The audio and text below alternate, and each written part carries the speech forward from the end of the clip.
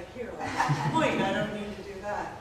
And I want to thank you, Michelle. It was really great to serve together on what was then called the Art Commission. And I was introducing Michelle to someone recently, and I said she knows so much more about public art than I do. And she was gracious enough to say, well, we just know different things about public art, because she's really a professor and an art historian. I'm, I would say, more of a generalist in my interest. And I wanted to explain for a minute why I wrote another book on public art, because there have been a lot of books coming out in the last 5 years. Most of the books, I think all of the books that have come out about New York City public art recently are all very specialized and very focused on one type of art. There is a book about public art funds art. There's a book about MTA arts and transit art. There are books about percent for art projects. There's a new one that just came out about art only in public schools. And I thought, this is silly. I mean, art is broadly defined many things. And I think it's a shame these are also big, heavy books that you can't carry around. And the last one that I knew was really a big success, at least among my friends, was Margot Gale and Michelle Cohen's Guide to Manhattan Outdoor Sculpture. But that was a walking guide, and it was only Manhattan, it was only outdoor public sculpture, and it had little tiny black and white photographs. So I thought that should be updated, and I should do something that's all 5 boroughs. And Kent Barwick at the Municipal Art Society was tremendously supportive and said, let's make it a walking guide, not a coffee table book. And so that was the genesis of the idea, and to really be all-inclusive, as Michelle said. And so I do things inside, outside, privately owned, publicly owned, you know, landscape, sidewalks, lighting, all sorts of things. So I was going to show you a survey tonight, starting with different types of art, sort of categories, but also then looking at somewhat of a tour, as I did in the book, different areas of the city. And I now realize, standing here, that I should have included more of Battery Park City and the Battery, just because we're right here, and I have a lot of stuff in the book from this neighborhood. But in fact, I really, as I say, I did more of a survey, so I just encourage you afterwards to go out and walk around, because there's a lot in this neighborhood. So why don't we start with the first slide. Is that in focus? I mean, I guess this is a rough surface, so there's just sort of there'll be a texture to all these photographs. So on the left, you have the Noguchi Cube in front of the Marine Midland Bank, which is one of my favorites, and it's one of the classics that everyone thinks about when you think about public art in New York. And nowadays, of course, it's perfect with this analogy of the roll of the dice being in front of the bank and how our whole economic system is very much on edge. So I thought this was a great symbol to start with. And on the right is another one of my favorite pieces. This is the Calatrava Times capsule that's in front of the West's entrance of the Museum of Natural History on the Upper West Side. This is at about 77th Street. And it's this absolutely gorgeous polished stainless steel capsule that has stuff in it to be opened in 1,000 years. But it's so sensual and so, you just want to go up and hug it. But it's very sort of abstract at the same time and sort of mathematical. And so I just think it's right on the edge there of a number of different things. So these two really relate to the building behind them. They kind of set it off. There's a counterpoint, and that's what a lot of people think of as public art in a big city like New York. So next, please. And another one that's just so wonderful is Sky Mirror by Anish Kapoor. This was in Rockefeller Center, and I think it was 2006. And it's so great because it just reflects the neighborhood around it. And you could look up at 30 Rock, and if you look really closely, you might see Tina Fey, you know, leaning out at 30 Rock. But you could also, on the other side on Fifth Avenue, you could see yourself because it reflected down. So I thought this was just a fantastic piece that, again, sets off the architecture. It makes you think about the place. It's a public plaza, and it was just terribly exciting. And it was only there temporarily. So I think there's going to be another Anish Kapoor downtown at the square that's now called the British Memorial Garden, which was in honor of 9/11 victims. But they haven't put the Anish Kapoor in yet, but the garden is there, so we'll hope that comes soon. Center. I have to just talk about Rockefeller Center. It really inspired me. It was one of the places that I would walk through all the time going to work on the cathedral, and I would really think about what a great place this is and how really it integrates art and architecture, and you just have all these great pieces over the doors, in the paving. You have wonderful tree grates. This is also Noguchi. It's just one of the most sort of modern pieces, I guess is the way to put it, in that it's monochromatic, whereas so much of Rockefeller Center is polychromatic. So I love this one because it also talks about what goes on in the building. It's representational. It has people doing the news. This is the AP building, so Associated Press, so they're guys on the phone and they're using the teletype and doing all these things that you did in the 30s and 40s if you were reporting the news. Next, please. Now, more about Rockefeller Center. I just put in, there's so much there, and there's a whole book, again, just on Rockefeller Center by Christine Roussel, and it's a beautifully illustrated book, but it's also a heavy coffee table book.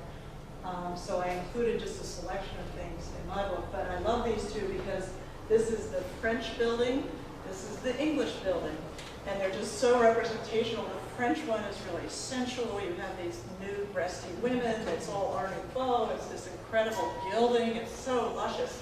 The British one, they're all very, buttoned up. They're standing here. They're all in their uniforms, doing what they do for their work and industry, and it represents the different sort of industries in the British Empire. So it's such a great contrast. And then you have these really sort of zooty cartouches above the doors that are really period pieces. Next, please.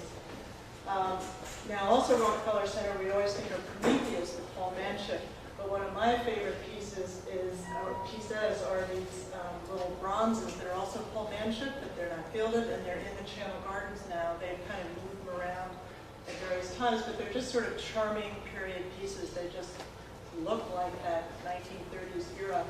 And then, of course, Prometheus itself is the big tourist icon, so I have a separate photograph of that. And then in the back is Lee Lowry's Wisdom. If you want to do the next slide, please.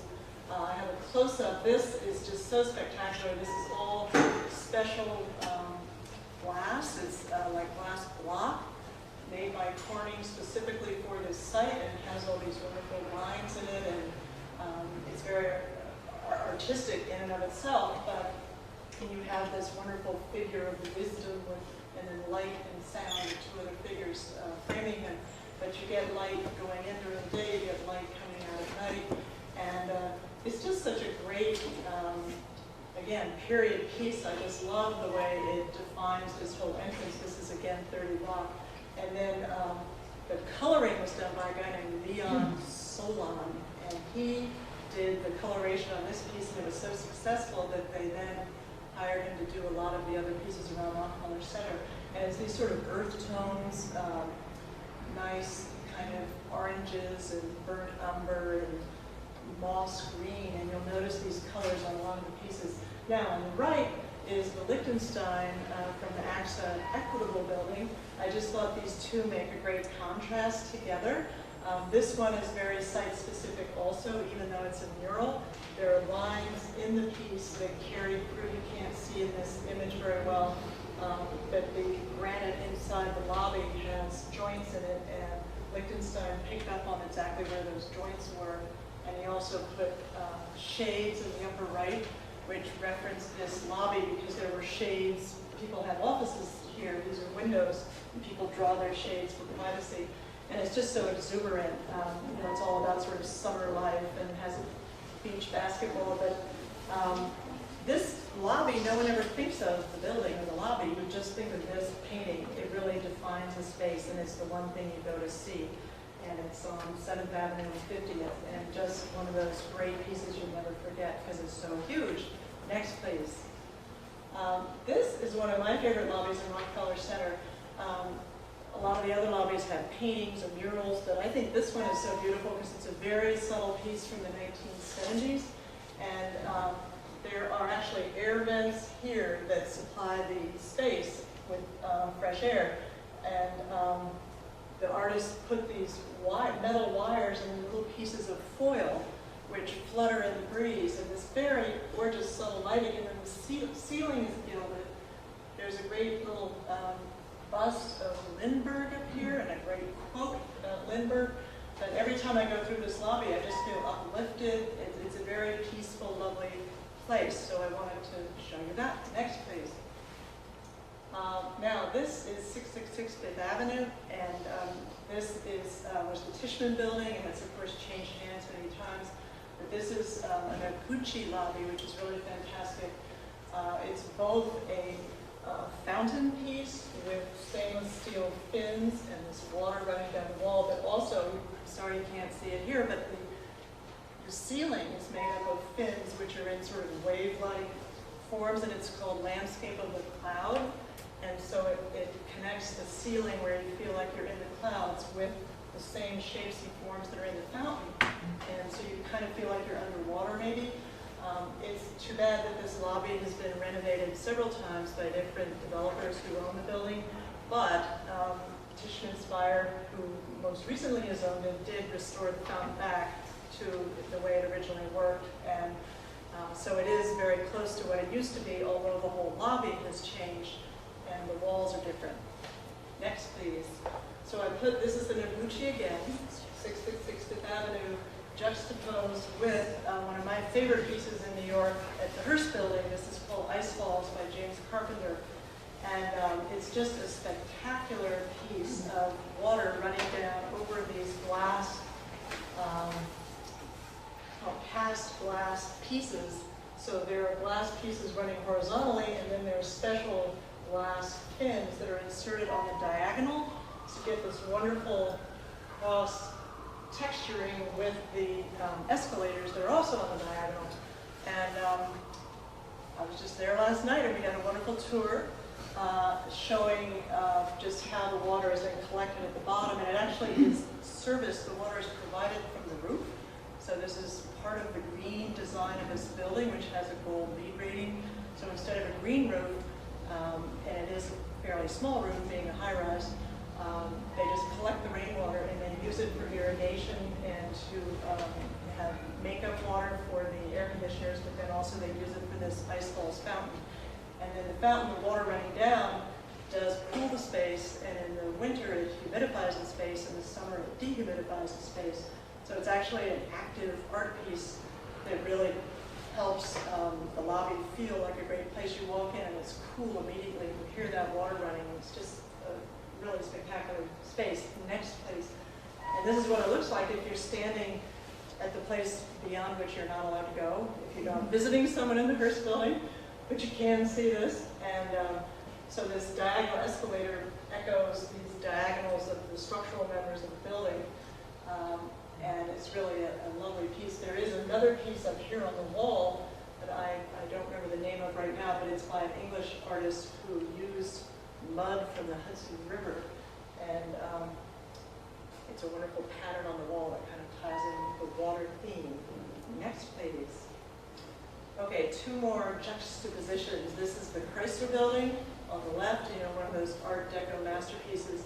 Everyone knows the exterior, and you know about the stainless steel domes, but you don't think about necessarily going into the lobby, which is just amazing. And it's just sort of one of the high points of Art Deco design in New York. And it has these great ceiling murals by Edward Trumbull, and there are all these muscly men using jackhammers and airplanes flying around, and it's really fun to go in and see that. But then that's one kind of busyness, and here's a different sort of axiom for a lobby. This is the New York Times building, which together with the Hearst Building are two of my favorite new buildings because they really put a lot of effort and thought into their public art. And in this one, the Times building, of course, being a newspaper, they could have said, we're bombing targets, we're going to harden the building like they did down at the World Trade Center, the Freedom Tower. But no, they've kept the building open, it's glassy, you can walk in, you're allowed to go walk around. This is a fantastic art piece by Ben Rubin and Mark Hansen called Movable Type. And they have, actually next slide please, these wonderful little screens that have bits of information from the New York Times, and they'll have pieces of a crossword puzzle, or they'll have wedding announcements, or they have all these algorithms of news that they cull from their archives. And this changes constantly, so you can stand there and read it, and it's so much fun. Plus, they have sounds. Every one of these has its own sound, so you can hear the sound of typing or electronics, and the sound sometimes goes around like a big wave around the room. It'll go woo, woo, and so it's really, really great to stand there. Oh, sorry. No, let's move on. Just want to say, so the New York Times lobby is another must-see if you haven't been there.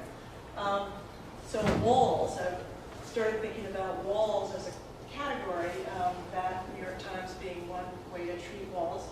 This, of course, is the Richard Haas on Prince Street and Green, which was done in the 1970s under the auspices of city walls. And I put this in especially, not only do I love it, but it's been endangered for two reasons. One, it's had bad graffiti put on it recently, and two, there may be development of the site. There's actually a little low building right next to it, and that may turn into one of these narrow, tall buildings. So the neighborhood is kind of up in arms. But until if that doesn't happen, we have this piece now, and it's really the first time that Richard Haas had done one of these trompe-l'oeil paintings in New York, or I think in America. This was the first time this sort of old European tradition had been used. And it's taking the cast iron facade and just bringing it around the side of the building. And then there are two real windows, which makes it fun. And then he also had images of those cast iron shutters that cover some windows. And in one window, there's a cat sitting on the sill, so it's really great. The other wonderful Soho wall is called The Wall by Forrest Myers. And we were very worried when we were taking the photographs for this book that we wouldn't be able to include it because it hadn't been rebuilt yet. This was taken down about 10 years ago by the landlord, and it seemed obvious to everyone that he wanted to put one of those gigundo ads up, although it was true that the wall did need work and needed waterproofing. So anyway, there was a standstill. They were allowed to take down the wall artwork in order to repair the true wall underneath, but then this never went back. So it took years of litigation, and finally the landlord came on board and became very supportive. And Forrest Myers says now that they're on great terms, and the landlord's been terrific and supportive. So this has gone back. This is at Broadway and Broadway and Hudson. And then there are these little 4 advertising panels at the bottom as a kind of concession to the landlord that they were in fact allowed to put some advertising. But it just, the beauty of the work is so terrific and the scale of it that it just makes these little advertising panels seem ridiculous. Although maybe they'll be filled with ads, I'm not sure. And I should mention, I think I neglected to mention at the beginning, that all the photographs for the book were taken by Francis Zhukovsky, who is a wonderful photographer, and we really wanted branded photographs, our own photographs. And he now is represented by Esto, and he was going to try to come tonight, but I don't see him here yet, so maybe he'll get here soon, and I'll introduce him if he does. Next, please.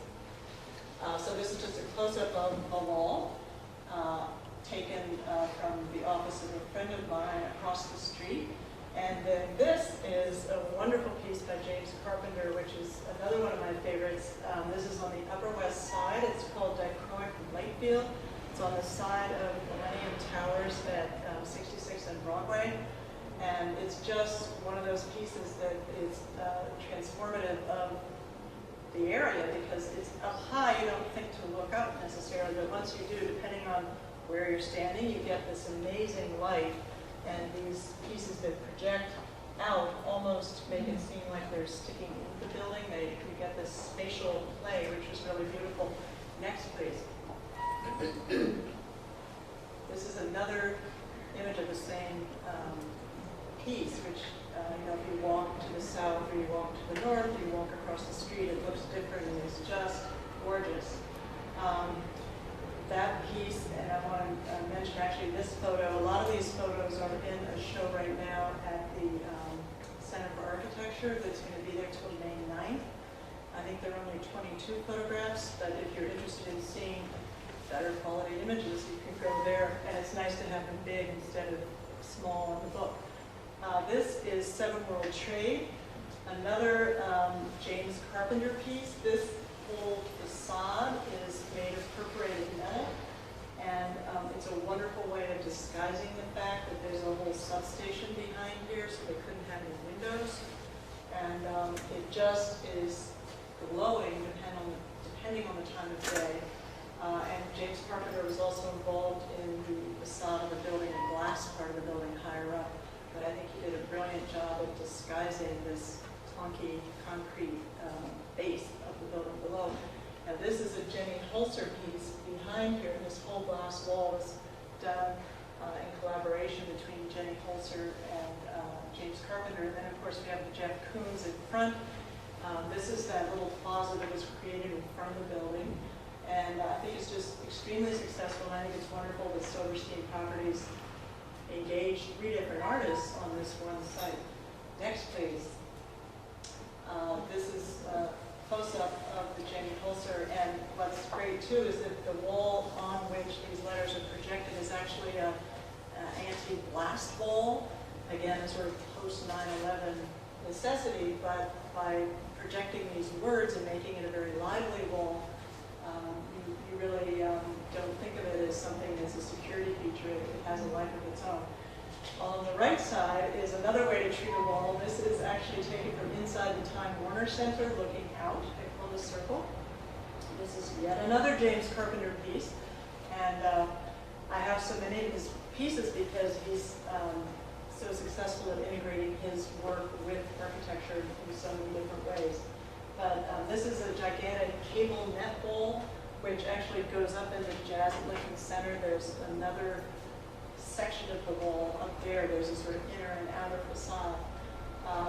But it really allows you to have the sense that 59th Street goes through the building, which it doesn't, of course. But if you're standing there, you're right on axis with Columbus Circle, and we'll come back to Columbus Circle in a minute.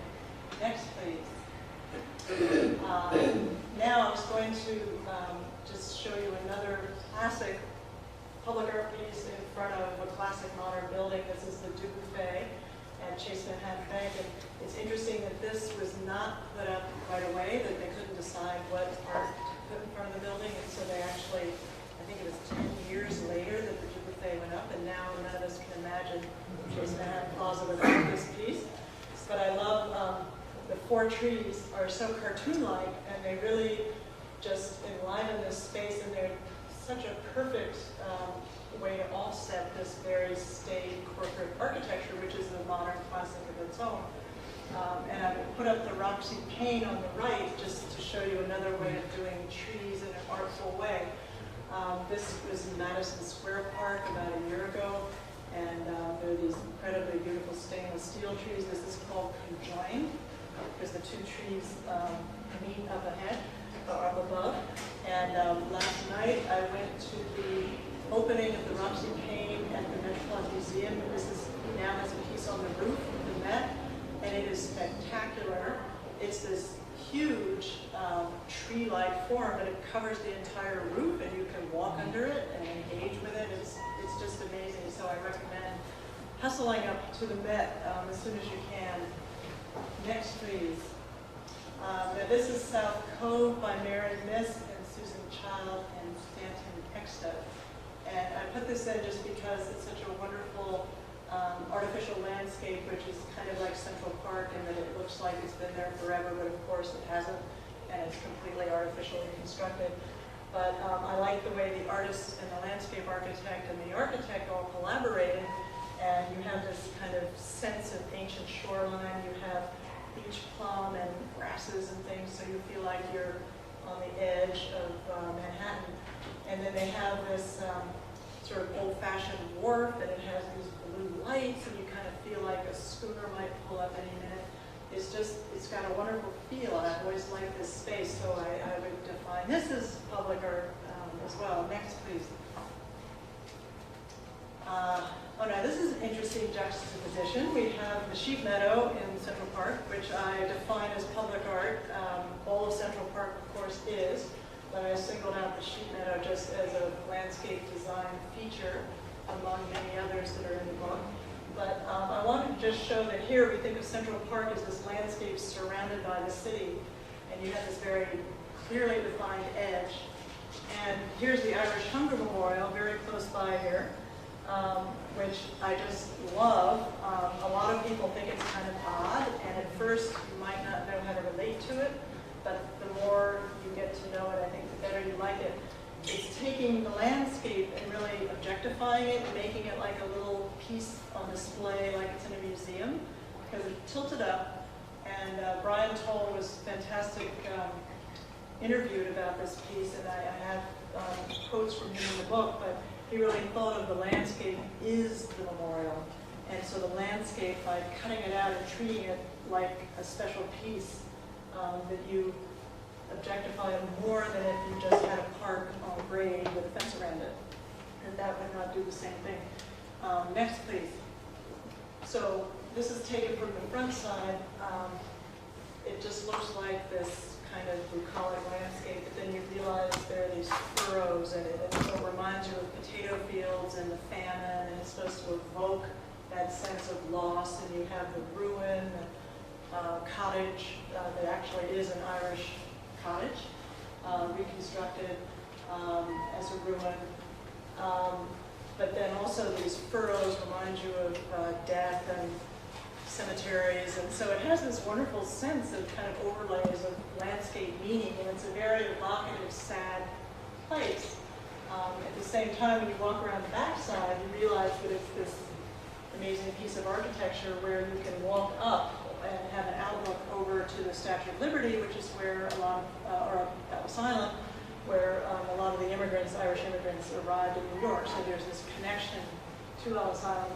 And then also this sort of funereal entrance. It reminds you of an Egyptian tomb where you walk in, there's a narrow corridor and all these recordings of people talking about the famine. So I think it's a very successful piece, and it is landscape as art in a very literal sense. Next, please. Here's another one I had to show, Tilted Arc on Federal Plaza, which a lot of people remember. This was so divisive, I mean, literally and figuratively.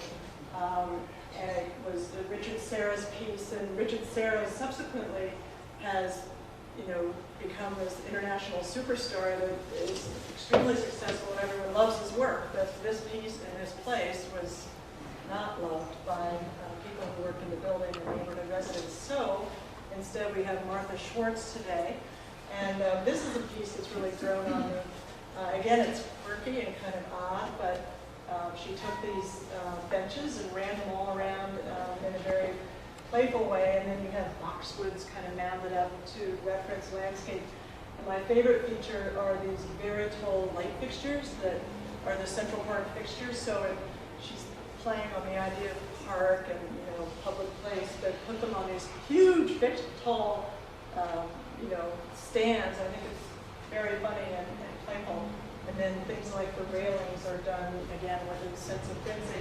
So this is kind of the anti-Serra. It couldn't be more different from Richard Serra. And I think it's successful in doing what he tried to do in a very different way. And maybe it's not what he tried to do, but anyway, it's the anti-Serra, and I think it's successful in its own way. We'll say that. Next, please. While we're downtown, I had to just show this, which is blew my socks off the first time I saw it. This is 60 Center Street, and if you ever go to jury duty, you walk through this space. You're not allowed to pull your camera out, and someone will run over and wrestle you to the ground. But we got special permission to take these pictures, and this is Anthony Pusterla, I think his name is, and this is from the 40s. Just spectacular color sense. They're so vivid, and these have been restored so beautifully. And this is one of those traditional art pieces that recalls justice and civic order and Moses and Abraham, and it has Abraham Lincoln and George Washington. So this is very ponderous in some ways, but in other ways it's absolutely delightful, the figures that are in this piece. And I know Michelle Bogart's book on the history of the Art Commission talks about this piece, and she talks about a lot of these different pieces, but it has interesting history if you're interested. Next, please. So now I'm starting to move uptown a little bit, and we'll talk This is more almost neighborhood-oriented, this part of the talk. I love different sidewalk designs. This is Ken Hiratsuka. This is at the corner of Broadway and Prince, and it was not ever approved by anybody. He just did it. And there are actually more of these around Soho, and I think they're just delightful because they're almost like a Keith Haring in stone, and they're just there. And I think now people love them. And this is François Shine on Green Street. This is actually right near the Richard Haas that I showed you earlier. And it's actually a map of the subway. And she intended originally to have lights. These little things were supposed to be lights, but when it was first installed, they weren't put in. And this was all ripped up about 2 years ago, and they put fiber optic lights in. So now at night you can go see this, and it is very exciting as a piece of sidewalk art. Next, please. Now, moving up to 23rd Street, I had to put the Farragut in. This is really one of the best pieces of public art that we have from the sort of art historical point of view. This is Admiral Farragut on the top, done by Augustus St. Gaudens, and I love this Exedra piece. I actually love it more than I love Farragut himself. But this is actually a reproduction because the original was in bluestone and it kind of fell apart, so that they recarved this. The whole thing has been moved around several times. It used to be on the northwest corner, then they moved it here. But it's just this incredible Art Deco bas-relief, and it's very beautiful. And there's all sorts of lettering and quotes and interesting information. And then next, please. It's 23rd and what? 23rd, Madison Square Park. See here, all this writing, but just the style of it, is sort of, you feel like they had a wind machine next to it, and the flowing garb and the hair flowing out is so Art Nouveau and really lovely. But my favorite part of it is this little crab that's set into the paving in front of the Farragut. It's sort of right over here. And this says Augustus St. Gaudens, sculptor and Stanford White architect. And it's really fun that they just put their names there. And so this is set into the pavement, and it's that wonderful kind of pebble pavement that you see a lot of the turn of the century. Next, please. So now I'm jumping up to Columbus Circle, which I think is one of the most successful urban redesigns in recent memory in New York City. And I wish that they could do this in Brooklyn as well, which we'll get to that Rockefeller Plaza in a minute. But I don't mean this literally, but just the sense of redesigning a traffic circle in a successful way. I think what is so great about this now, these crossings are places that make sense and you can actually get into the middle. There was a time when there was a fountain around the piece of the Columbus monument, and you couldn't get up close to it. That was done by Douglas Lee, I think, in the 70s. So now they've pulled out the fountain so it's more close to the perimeter. And Michelle remembers when we argued about this one a lot when we were on the Art Commission about whether there should be trees, and if there are trees, where they should go. We made sure to preserve the views of the monument from the four corners of where the streets are, because that was important. And these trees have not matured yet to a point where it's an issue, but maybe in 20 years there will be more difficulty, but we hope not seeing the monument. So the Columbus Monument, you can now get up close to, you can see it from far away. Next, please. And this piece is really wonderful. Now you have to go in and stand there and look at it because it has these bas-reliefs. There's the figure of discovery here. I love these prows that are on the column. This is such a turn of the century, sort of circa 1900 art historical thing. You just see this a lot on public monuments and sculptures, these prows of ships. And there's Columbus at the top. Next, please. So this is just a close-up. Here's the figure of discovery of the world relating to Columbus. And then here's just a little bas-relief, and there's several of these. There's the Nina, the Pinta, and the Santa Maria. So it's lots of fun to see close up. Next, please. Then the main monument is on the southwest corner of Central Park, also a Columbus Circle. And this carving was done by the Piccirilli brothers, and here again is this kind of crown form, the ship, which of course relates to the loss of the Maine in Cuba. It's just one of those lovely pieces. The gilding at the top is wonderful. That was one of the first regildings done when Central Park was being revived in the 80s. And there was lots of discussion. They put different kinds of gilding. You could put the cheap stuff, permagild, or you can put the really expensive real gilding. But it looks, pretty great when you spend the money to put the real gilding on. Next, please. This is General Sherman at the southeast corner of Central Park, also by Augustus St. Gaudens, and really considered to be one of the great pieces of equestrian sculpture in New York City.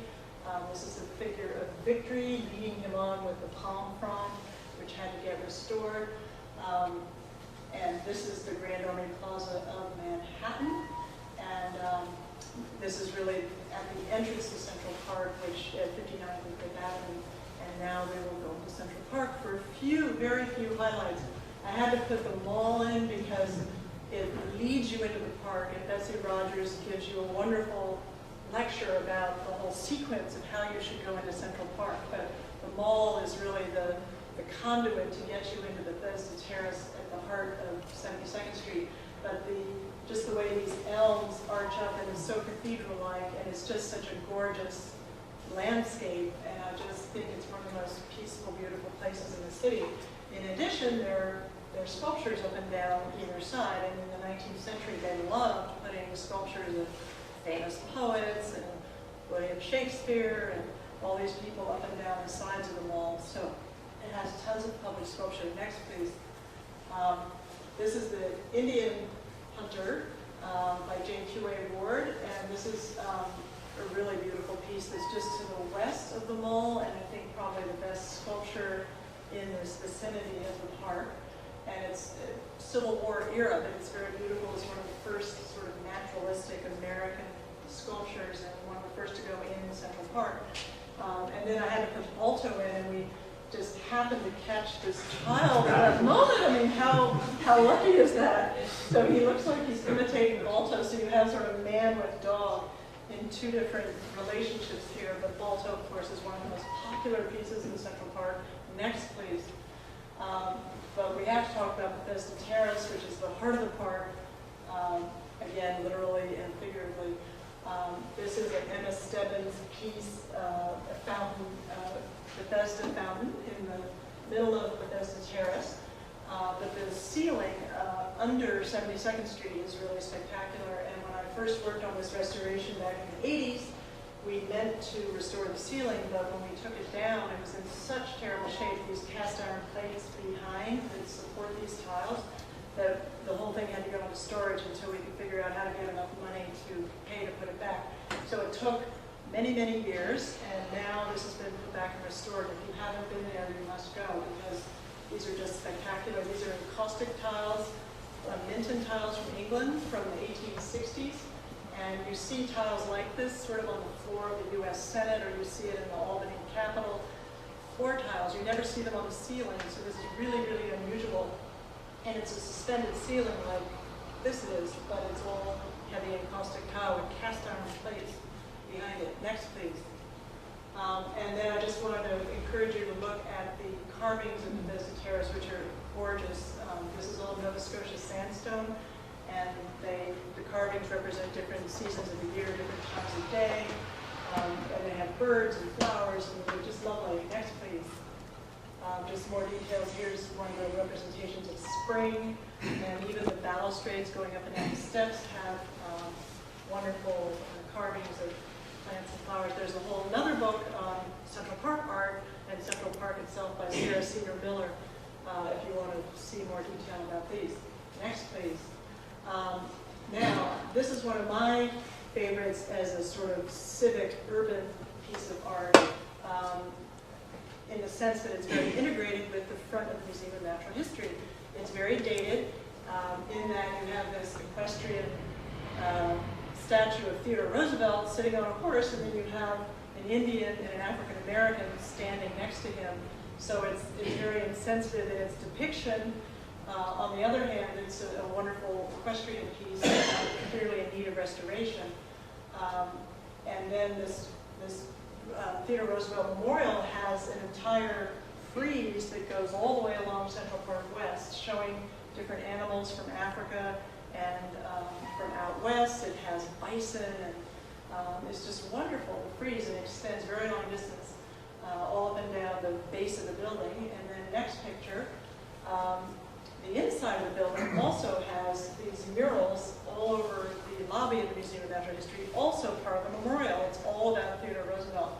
And these murals talk about his work on different continents, and it's spectacular. So I encourage you to go to the Museum of Natural History just to look at this one memorial, which is expansive and huge. And we all love Theodore Roosevelt nowadays because of his conservationist activities.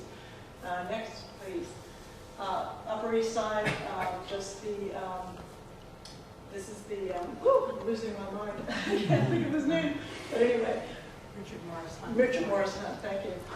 And this has pieces by Daniel Chester French, and I think Bruce Price, the architect, did the exedra, but it's really lovely. This is opposite the Frick, and it's just a lovely memorial in the Beaux-Arts style, a little piece in the Central Park wall. And Richard Morris Hunt helped found the American Institute of Architects and the Municipal Art Society, and did all sorts of good things. Next, please. Two other great pieces from the Upper East Side, the Venus in Manhattan, which floats above what used to be Park Burnett Galleries, and this is at 90 Madison, now also possibly going to be developed above with a new building. And then I love El Gato at 79th and Park. This is in front of a private residential building, but it's Fernando Botero, and he's just so stolid and so solid. And he's just standing there, and there's this huge, big, fat cat, and he's sort of the perfect opposite to these floating, very ethereal figures nearby. Next, please.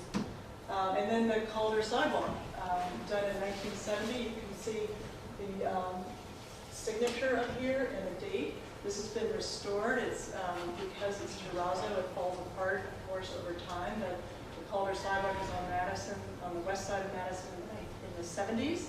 And it's really beautiful. It has great black and white graphic art. Next, please. This is a piece by Mel Edwards that's up in Thomas Jefferson Park in Upper Manhattan. And I just love this work. There's a similar piece in Queens in front of the Federal Office Building. But this one is, so it's on First Avenue and about 112th Street. And it's in the park, it's surrounded by sycamores, and it just has the most wonderful sheen to the metal and these geometric forms, and you really can't stop walking around it because you keep wanting to see what the right angle would be to appreciate the geometry. Plus, you get an added bonus. There's the back side of St. John the Divine off in the distance. So it's a really great dynamic to see that way off in the distance. Next, please. So I had to show you the buffet again with Crack is Black, because this is such a great Keith Haring piece. This is very hard to find, and it's shown on a lot of maps in the wrong place. It's right near the entrance to the Triborough Bridge, and I think it's 127th or 126th Street, and it's way east, so it's very close to the Triborough, but you have to drive around those weird roads that are kind of leading into the Triborough. But it's just a fantastic piece, and it's been restored recently by the Parks Department. I should also mention the New York City Parks Department has a wonderful website that you can go on. It's nyc.gov/parks, and they have wonderful information on all the public art that's in parks. And so there's just a wealth of information on pieces like this. But anyway, I love these two together. They're both cartoon-like.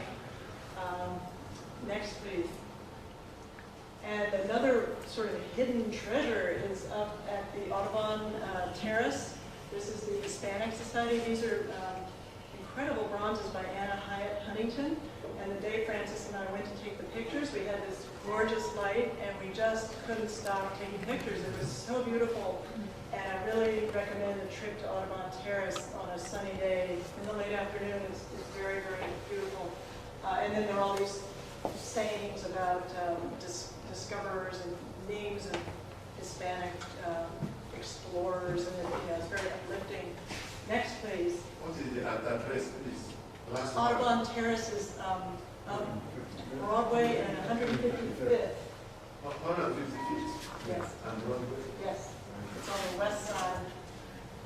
George Washington Bridge, I had to put in because this was one of those things the first time I saw it, I just couldn't believe how beautiful it was. The George Washington Bridge was designed by the engineer Othmar Aman, who we'll see later in a minute. But this was going to be clad with stone originally, and they ended up not doing that for cost reasons, but you have this wonderful steel structure. But the Port Authority engineers had been to Paris and seen the Eiffel Tower lit, and they said, why can't we do that? And so they came up with a whole design, and then they hired Domingo Gonzalez to kind of put the finishing touches on. And it's so spectacular. It's only lit on holidays because it's expensive to run and for environmental reasons. But any holiday, you should go up the West Side Highway and see it. It's just gorgeous. Next. When did they first light it? It was maybe around 2001 or 2 or something, early 2000s. Okay, so now we're in the Bronx. This is the Bronx Zoo. This is Paul Manship again, but you might not see this if you go to the Bronx Zoo because if you go there, they encourage you to go in a different entrance now.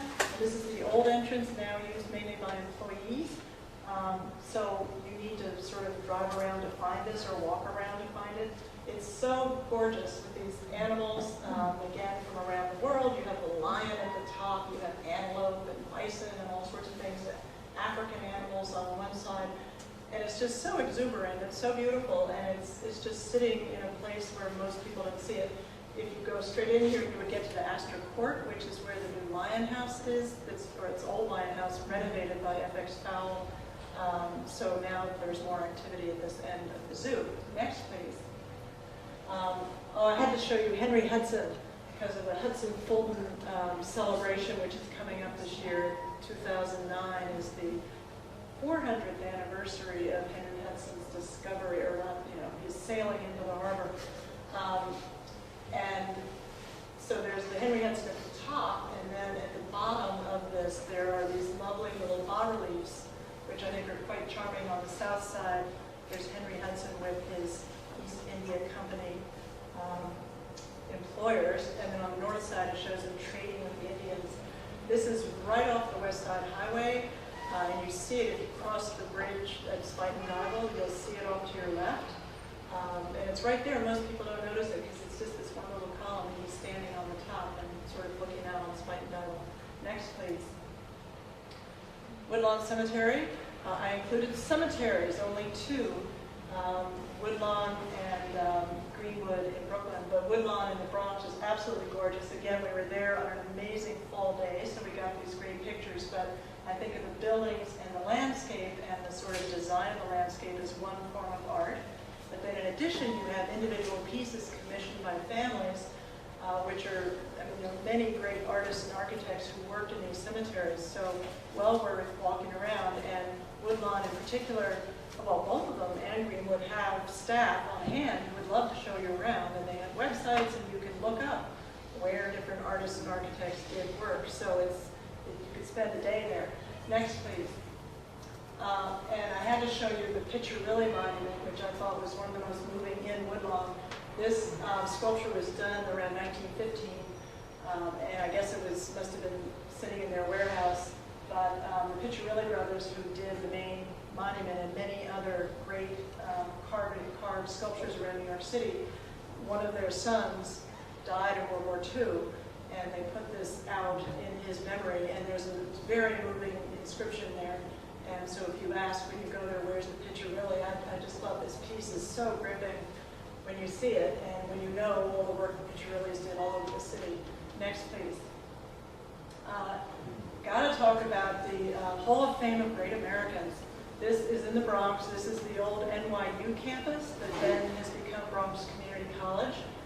Amazing sculptures. It's designed by Stanford White. These are all sculptures, a lot of by famous artists, but it's really a fun place to spend an hour walking around. They're all supposed to be, famous men, but as you get to the end, they have a few women, a few minorities kind of worked in, but it's a very beautiful place and very contemplative. Next. County Courthouse is amazing. This is right near Yankee Stadium, and people don't think to go there as a destination, but it has beautiful art. This is by Adolph Weinman on the right, and the left is Charles Keck. They have all these friezes on the building, and then these freestanding memorials. Went to a Yankee game one night, and this was just in the most amazing light. It's really, really pretty when it's hit by a raking light. Next, please. Also in the Bronx is a firehouse that has a piece by Marilyn Euclides. Set on the side, she put a fire truck in block, and this building is by Richard Datner. But I had to just show it as a sort of super graphic next to the recruiting station that's in Times Square. So that's putting the sort of super graphic art on the side of the building and making it, be the building wall. Next, please. This is by Sai Wo Chung in the Bronx Courthouse, which was done by Raphael Vignoli, and this is just opened. That's a whole LEED-rated building, which has a lot of daylighting and successful techniques for daylighting. But this piece is really interesting because it's made out of one piece of granite, and it's all carved and then spread out, and it's going to have lots of bamboo. So right now there's no bamboo, but hopefully one day it will. Next. I'll speed up here. We're now in the Bronx, in Queens. This is the Marine Air Terminal, and that's got wonderful murals inside the Marine Air Terminal. Next. This is at the Flushing Library, in the Children's Library. There's a wonderful piece that's just etched into the window glass. It's very beautiful. Next. This is James Carpenter at the New York Hall of Science, which is a fantastic piece, which just gets the light coming through a skylight and reflects it on the wall, and you get these moiré patterns. This is at the end of the building. New York Hall of Science is a wonderful building to go see. Next. This is at the Brooklyn Public Library. All these little figures are from stories, and it's really charming. There's Moby Dick right there. Next. Had to show the Memorial Arch at Grand Army Plaza. We'll just keep moving here, but this, of course, is sort of the heart of Brooklyn public art, and I hope that it becomes more accessible as they can figure out how to get you over there at Grand Army Plaza. These are spectacular. And then there's the Lafayette Memorial and the Gaynor Memorial, which are just lovely pieces, beautifully restored by the Parks Department in-house staff. Next. And then Greenwood Cemetery, just Richard Upjohn. The entrance building itself is a destination. It's absolutely beautiful. And then you have the Atlas on the right in Mallory. Yes? Next. This is the Stewart Memorial. This is just one example. This is St. Gaudens and Stamford White. It's right when you enter Greenwood Cemetery. It's right in front of you. So there's so many pieces like this scattered around. Next. Staten Island, last stop. The Chinese Scholars Garden is amazing. And this is Brooklyn Borough Hall. Here, this is wonderful. This is Ahmar Aman, the engineer of the George Washington Bridge, looking at the construction of the Bayonne Bridge. Next. These are these wonderful tulip forms that are right into St. George Ferry Terminal, and they reminded me of the parachute jump, which is spectacular in Brooklyn, lit by Lenny Schwendinger. Next. And I have to just end on Tribute in Light, which I don't have to say much about, but to me it's one of the most successful pieces of public art that we've seen in New York. So evocative, and it's really evoking not only the people, but the buildings and the whole sense of New York and what we've lost. And it's very, very beautiful. So thank you.